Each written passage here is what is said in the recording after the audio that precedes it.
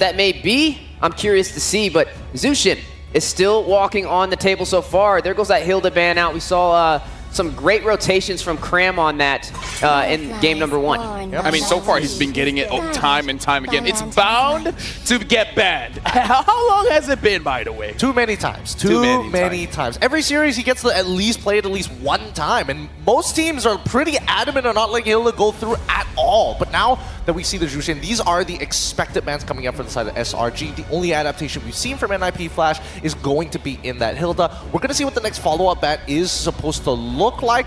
At this point, do they follow the exact same plan that they did in game number 1? You target the jungles first, then start moving towards the opposite side. Yeah, definitely a lot of questions, and we need some answers. For SRG, that also pose that question, if they don't ban that Bruno out, what do they take out instead? I mean, right now, we've been seeing Diablo, when you can't get it done in the gold lane, you get it done in the XP lane.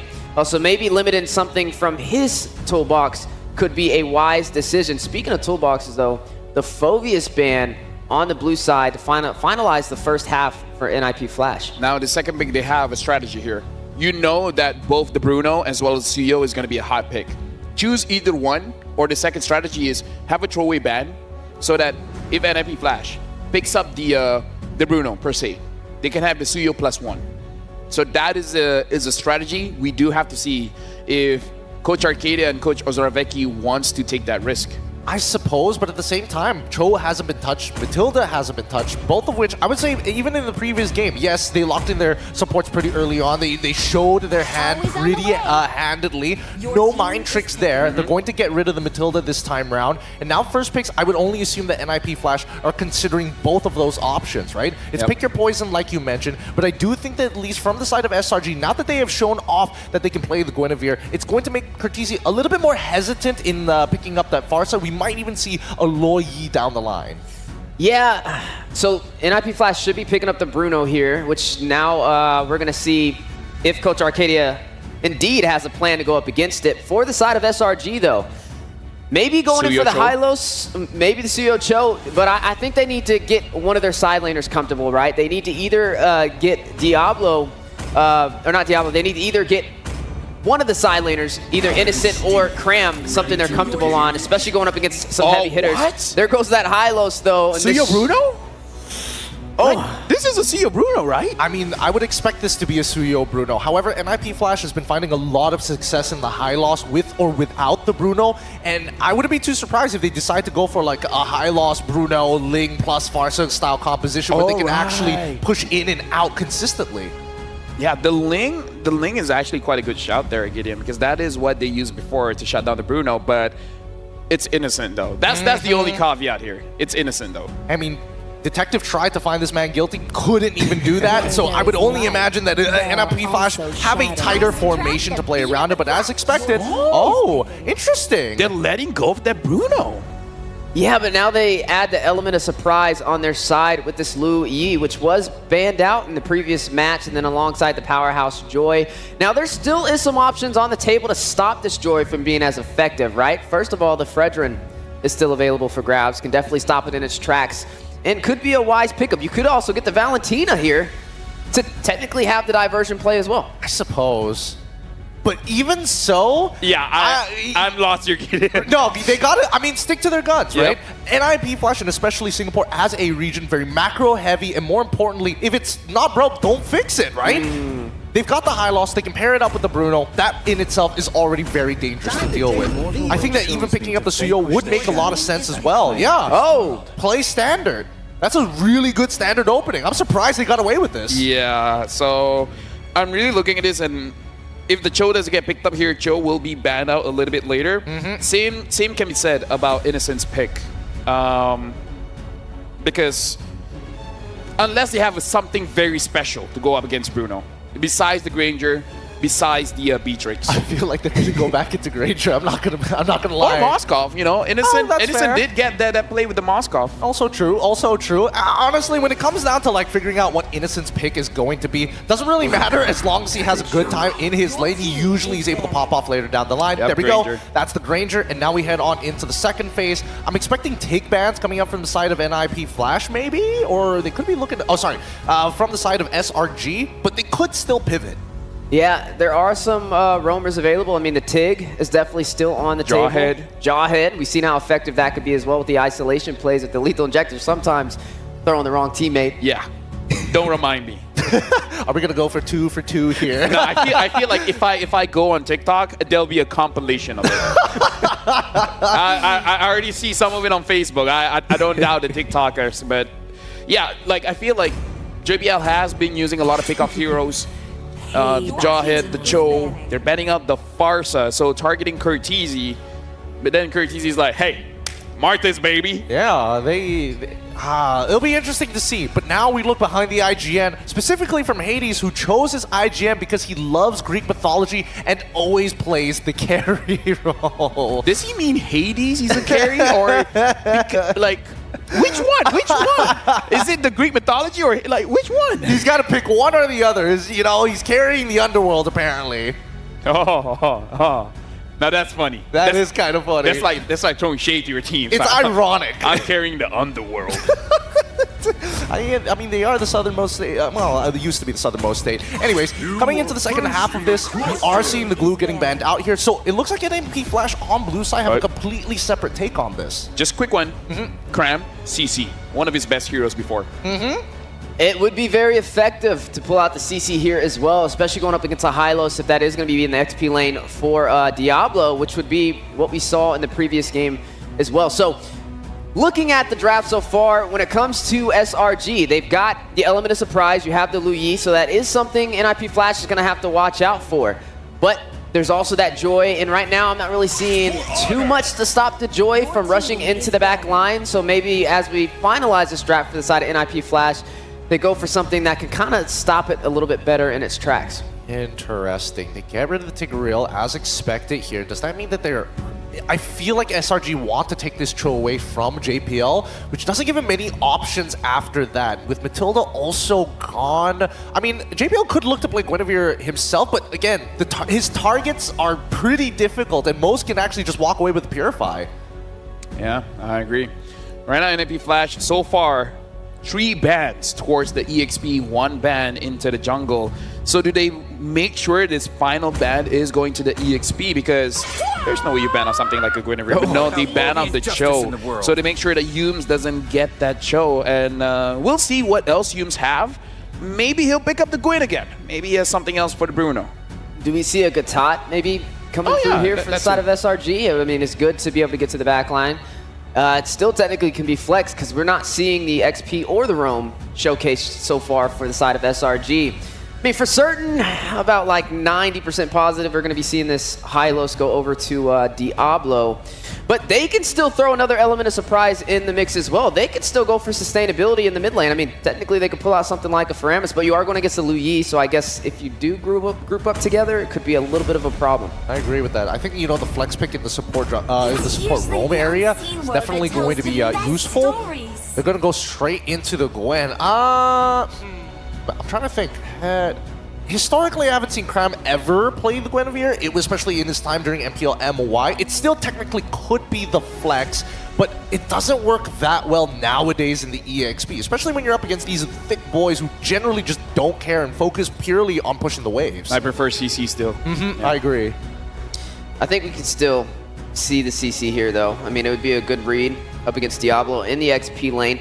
Right now, though, I feel like both sides have a way to disengage and engage, right? You have the Guinevere, can get to the backline with spatial migration. We have yet to see the Mage picked up for NIP Flash. Could they go in for the Eve? Is that something they want, considering there is a Valentina on the other side, or Lu Yi on the other side? They pick up the Eve as well as the Edith here. So overall, pretty solid draft here. The only thing is that Eve can get caught, especially by that Joy. Though we have to say that when the real world manipulation is proc, then you have a shield. So maybe you can sustain for a little bit here. SRG, do they pick up the CC or do they have a different pick here? Like something a bit more tanky, like, I don't know, Charizla, Damus. I was thinking maybe, yeah, Charizla doesn't seem too bad of a shout. I feel like Gatot might just be the way to go to zone control. But then, is there going to be an issue of lack of damage, especially around the earlier sections of the game, right? If you're playing towards Granger side, maybe not so much. But then if you're playing towards the EXP side of things, it's purely for setup and for jungle, right? Khalid is still walking. I mean, May not be the easiest to pull off against the high-lows, but right now you're just running out of options from the draft from the side of NIP Flash. And there we have it. The final pick will be the Gatot to finalize this draft. Yeah, to more or less counter both the Bruno as well as the Eve. Right now, looking at both drafts, I would say NFP Flash got a pretty good draft on their hands here. Can they execute it well? We're going to throw it over to our casters, Mirko as well as Brigitte. It's your time to shine. Thank you so much, and I agree. This sounds or feels like a better draft overall coming in from NIP Flash. They have a lot of ways to respond, but then if it boils down to timings again, SRG, they know when to just throw in a single member and to go out when it's very, very dangerous. So they'll have to be very careful on that. I'm looking out for just how surprising the diversion plays will be for Stormy. Definitely. You know, I mean, Humans was already really surprising in game number 1, and that was without a Lo Yi. Now you have a diversion, you don't know where this Guinevere is going to come from. Yep. It could be the flank, could be still from the front, you never know. Maybe you could see a Granger from behind. No, that's a bit too crazy. You know, I've seen enough crazy when Stormy kept using it alone. Like solo diversion plays that I don't know if we'll be seeing it once again this time around. Because for the past game, or at least in the series, SRG, they feel a lot more coordinated in terms of the plays that they make. So they might want to work together a lot more in terms of using the diversion plays. But now, reverting back to the usual matchups for now. And of course, to all those out there, don't forget to check the M6 Pass. It's available from November 18 up to December 29. Complete all the active tasks during the event to reach level 75 for free. You get amazing rewards, including the battle emote, the Claude battle emote, the M6 avatar border, and the new special skins alongside Claude's, of course, M6 exclusive skin. So don't forget to check that out. And we're seeing the emblems right now.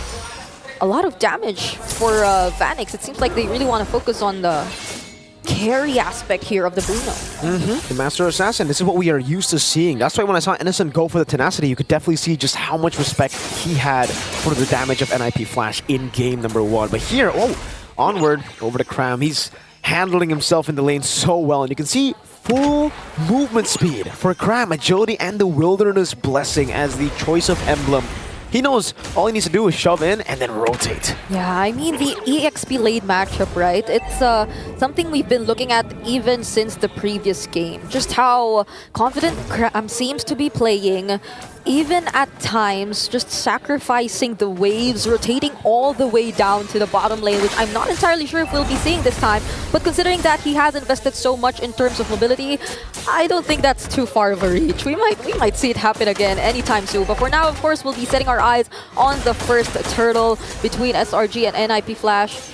And similar to earlier, they'll be positioning themselves first, but probably a slight adjustment. Diablo has the level 4 this time around, so they're more equipped to engage if ever there is a team fight from SRG. Good poke over to Yeomans, but Stormy has done the same to Hades. Earth Shatter and the flicker onward. Hades picks up, it's Curtizio actually picks up the kill. Hades will be caught on taunt. Sky's coming in as well. Electrifying beats goes through the revitalize from JPL. Sky's though caught in the bad spot, will just be poked down. It'll be a 1-for-1 Yums for Hades. But that was an unfortunate casualty for NIP Flash. That was their jungler that they lost. Yep. But fortunately for NIP Flash, SRG is not starting the turtle just yet. They reverted back to farming for Sekai's, but even then, I feel they'd be very much confident to take this objective. He's already 1 level ahead of Hades, if it's just that. But of course, we're not taking away the fact that this is still a Suyo, so when it comes to objectives, they still might want to contest this either way. Still at NIP Flash, they're trying to get some information, but SRG, 4 members are already here. Yep, full control, no revitalize this time around. JPL trying to go for an angle of attack. Lowers pathway, special migration. Diablo gets the Earth Shatter, but it's only onto the clone. Cram goes over to AOG. That's a Violet Requiem, still very low. RWM, Skies is caught in it. Will be slain by Hades. And NIP Flash take control over the Turtle. Turtle number 1 over to Hades. Yums got canceled in the bush. Hades gets a double up top. And this is similar to what we've seen for game number 1. Hades bouncing back after that first death and getting the better early game up against Sekai's. With that kill and that immediate take on the turtle, NIP Flash are currently in the lead. So this is some interesting developments from them. I mean, they felt like they weren't being as aggressive just yet, but they were just waiting for the right timings. Now SRG, they might want to make use of the element of surprise, as mentioned by our panelists earlier, to be able to catch NIP Flash off guard a lot more often. Because earlier, it was Diablo who set things up for NIP Flash, and they were just able to buy some time alongside JPL enough to regroup and take that turtle for themselves. Yeah, becomes a great start from NIP Flash, despite, obviously SRG getting things done early up against Hades. And Vanix has been farming really well, despite the fact that in this matchup, we've been talking about it, or a lot of analysis also has been dropped down by some coaches in interviews. Granger is a winning matchup, so you would expect the Granger to have more kill threat and maybe SRG to play around it. AOG, they know Cortese doesn't have it. Good Earth Shatter. Oh, dodged away by Skies. Glorious Pathway coming down, and they're going to be caught in the real world manipulation. Hades walking up. Yum's just barely surviving. The lethal ignition is not ready. They actually don't have that lethal ignition, so they can't get that kill. SRG barely get away. Oh, Hades. Okay, wait. Oh no, he spawns innocent. The burst. Let's see if it's enough. Oh, dodging away from the Soul Sever, but you cannot dodge the basic attacks. Hades takes the kill. That is 4-1. Third kill from Hades. And quick rotations from both sides. They'll be able to mirror each other and take the tier 1 turrets from opposite sides of the map. And that was an interesting that was an interesting team fight we've seen from both NIP Flash and SRG. I mean, all 5 members were present during that time. But it just goes to show how crucial these spatial migrations will be for Yums. Once he doesn't get that successful of a spatial migration and he gets to be forced out of the team fight, NIP Flash, they will be a lot more confident to just go for the engagement this time. Oh no, the guys! Oh, getting balled down by Vanix. That's JPL taken down, but they're all very low. Hades gets the turtle. Violet Requiem over to Diablo. Vanix, oh, last shot almost. That didn't crit. Skypiercer survived for Innocent. That, oh, it's a great yin-yang reaction. Hades shoots the arrow. Diablo, Primal Wrath. Earlier, Innocent threading the needle, almost catching Cortese. Hades, Soul Sever, but Cram is able to escape. Special migration from Yums, and Cram gets the shutdown. There was no way to save Hades at that moment, not even the Worldies, since it was also previously used. Diversion play, where are they headed? It seems like they're going to focus right now on the gold lane. Vanix has to be careful. At least he has JPL by his side, so they'll be able to successfully defend this turret. But earlier, we already saw like a glimpse of just how aggressive NIP Flash could really play if you don't get to set things up again. Going back to what we previously mentioned for Yums, they just, right now, for NIP Flash, clearly are focusing on the objectives, focusing on the farm, and they haven't let go of the lead just yet. So at the very least, they're holding on to their team fight potential, but they can't just be overextending a lot, even though they see an opportunity, especially if Stormy has the yin-yang reactions. We've seen a moment where in the team fight was nearly turned around by SRG just because of a single yin-yang reaction too. And now it's back to equal. 2 turtles for NIP Flash, but the gold lead is non-existent. SRG can very easily just play for late game, right? They have that Granger and they have the Joy. Though I think NIP Flash are not in a bad spot despite the gold lead not being big here. They have a Bruno. They can always just play front to back, play for the Bruno. We've seen many teams rely on the Bruno. Glorious Pathway. Yums gets away. That's one of the advantages of picking up a Guinevere. You are so slippery. Yeah, you're not an easy target. And one advantage for SRG is that they are always ahead. They always get to control the brushes. But Sekai's doing a great job in terms of shoving the lanes opposite to the objective right now because the Lord is spawning towards the bottom lane. And they definitely would want to get their hands on this. The game feels quite slow. It's been 8 minutes that we've seen back and forths, but the kills aren't exceeding like 7 kills. And they're just really trying to focus on the objectives. I feel like it's a major team fight that'll really matter for both of these teams.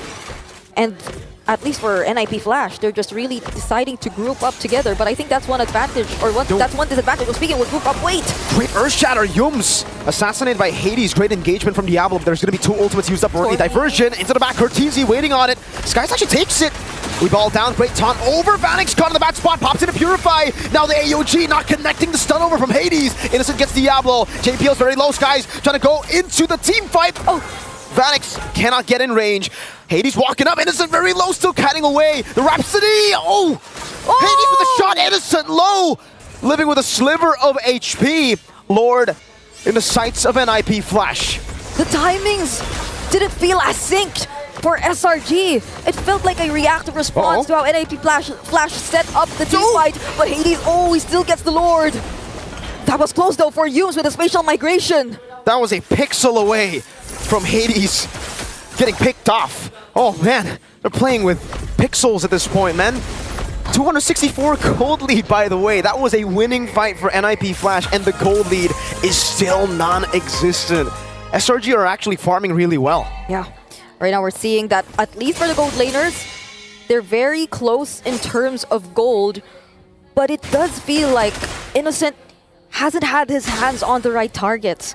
Like the team fights, they usually have access to the backlines. We've seen it earlier, the diversion play, bringing Sekai's all the way near or next to Curtizi and Vanix even. But then the damage coming in from Vanix is one thing that you really have to take note. Even Sekai's, once he's just all alone, once he's just the recipient of all the damage of the backliners here from NIP Flash, he doesn't get to sustain it as well. Ooh. So now they have the Lord marching towards the bottom lane. What is SRG gonna do? They will be able to defend it somehow. And at least, for them, they have a lot of range, so they can really deal with all this from afar. But Hades! That's the diversion we were talking about! Hey, the spatial migration was already really surprising in game one. Now add a diversion to it. Hades gets caught. Happy birthday, man, by SRG. And that's how you need to play the Luyi at this point. If you feel that NIP Flash, they've been really confident. They've been just so dominant in terms of positioning themselves and looking for the right timings, then you should be able to do that yourself. But, grab! Innocent diving. Oh, Sky Piercer. Innocent takes him down. Yums! Gets the spatial migration again. And now Innocent's rolling. The Sky Piercer gamble that he made by buying the item, it's starting to pay off. That is 3 stacks in less than a minute. A single diversion. And just waiting for another opening from that. SRG, they've taken control of the game. Now the lead is in their hands. And it feels like all that NIP Flash has done in the early stages, they don't mind anymore. Now they're gradually able to open all of the remaining outer turrets in the map. And let's check that instant replay presented by Kidia. That was an Avatar of the Guardians that didn't necessarily connect, but Sekai is from the sides, and that immediate burst down onto Curtizi. There was no zone control left for NIP Flash. They were just able to take out all the defenses and force their way into that tier 1 mid lane. 3.4k gold lead. We saw how hard it was for NIP Flash, despite getting 2 turtles, 1 Lord, to establish a gold lead. SRG did it while being behind just a bit, and then it's instantly a 3,000 gold lead. Yeah. The level of capitalization from SRG is on a whole different level here. And for NIP Flash, you're going to be the ones here forced to climb back. Yeah, I think it's been a recurring theme for like even the first series. The amount of pressure and how clean of an early game you're able to pull off, but then a crucial mistake just allows your opponents, especially with this much of discipline, turn things around. Diablo gets spotted. Oh, the spatial migration and the electrifying beats onto him, bursts him down. That's -1 for NIP Flash. Uh-oh, the real world manipulation was misplaced. Cram dives in with the AOG. Diversion. Sky's in the back from the flanks. He might be able to get Vanix. And it's still gunning JPL down. Sky's not able to capitalize fully on that, but it's because SRG want to go for the Lord. There's no reason for them to fight. They've gotten Diablo. That's the main frontliner. And this should be a free Lord over to SRG. Yeah, I mean, the NIP Flash definitely just wanted to position themselves there. Diablo, that Earth Shatter that did not connect, cost him his life. SELANGOR and Giants just went for the kill. And now, NIP Flash, they're left to defend. At least they have the Eve, and they have the Bruno, and even the Edith when it comes to wave clear. But SRG, they're not the type to make such crucial mistakes. I mean, I think if there's one thing that they've really tried to adjust, it's also Cram and the way he decides to use his ultimates as the XP laner this time. Even on the Gatot Kacha, So they will be a lot more careful, especially in terms of these kinds of sieges. But NIP Flash, they're not that behind, so they could still find a way to defend this. I don't know. It'll be very dependent on SRG kind of corralling into the real world manipulation. Into the box. Diablo tries to go for an Earth Shatter, a desperate move, and SRG read it. They just space away enough to get away from it. Now, Enhanced Lord marching down. No more surprise initiations from Diablo with a flicker down, and that's going to be the base turret up top taken away. That's the flicker. Burned here for Diablo, but you're seeing just how patient SRG is trying to play the siege. They're waiting for the mid lane turret, but Yumes, there's the conceal. He'll be coming from the sides. Will this be it? Spatial migration from Yumes! And Skies capitalizes, electrifying beats, say goodbye to Hades. Diablo very low, onward, backwards. JP with the glorious pathway. The yin-yang reaction is enough to slow him down. Cram just charging. And NIP Flash dealing with the waves, and SRG will play it slow. 7,000 gold lead to their name. They'll go for another base turret. And imagine, they're not even in a position yet where they've been able to deal with all the disruptive plays from Sekai's as well as Yumes. But what more when it comes to the poke that's coming in from Innocent? And Diablo's bursted down just like that! 2 members down for NIP Flash, but Hades will be back in a bit. Say it like it is, Innocent is godlike. 7-1. JPL is melting to the damage of Skies. He gets stunned up, but there's no follow-up here. NIP Flash can only just turtle in their base at this point. SRG have the range, they have the damage, they have the catch, and they have the poke. Is that range you're talking about? NIP Flash, it doesn't feel like they're able to capitalize on theirs as much. Innocent is currently 7-1-1 on this Granger. And looking at the items, he's already completed all of his items. Doesn't even have the boots. Doesn't even want to go for anything else. Even the Sky Piercer at this point is a huge threat for NIP Flash. He just gets to poke all of the members from afar, and there's beautiful follow-up that can come out. Speaking of that, the Abbot of the Guardian once again! Electrifying beats in the back, Phoenix evaporating. Yumes getting the spatial migration. Hades soloed out by Yumes. That was JPL falling to Innocent. Sky Piercer, a diversion to the back, a double for Innocent, and the Selangor Red Giants will stomp their way to match point. Alongside a single minion, SRG ends game number 2 and now holds match point against NIP Flash. GG, well played. I cannot believe the patience from SRG. I think that's one of the biggest developments we've seen from them all the way from Swiss stage, heading into knockouts. They know how difficult of a position they are currently in now that they're in the lower bracket. Every single decision counts right now for SRG. Let's hear what our panel has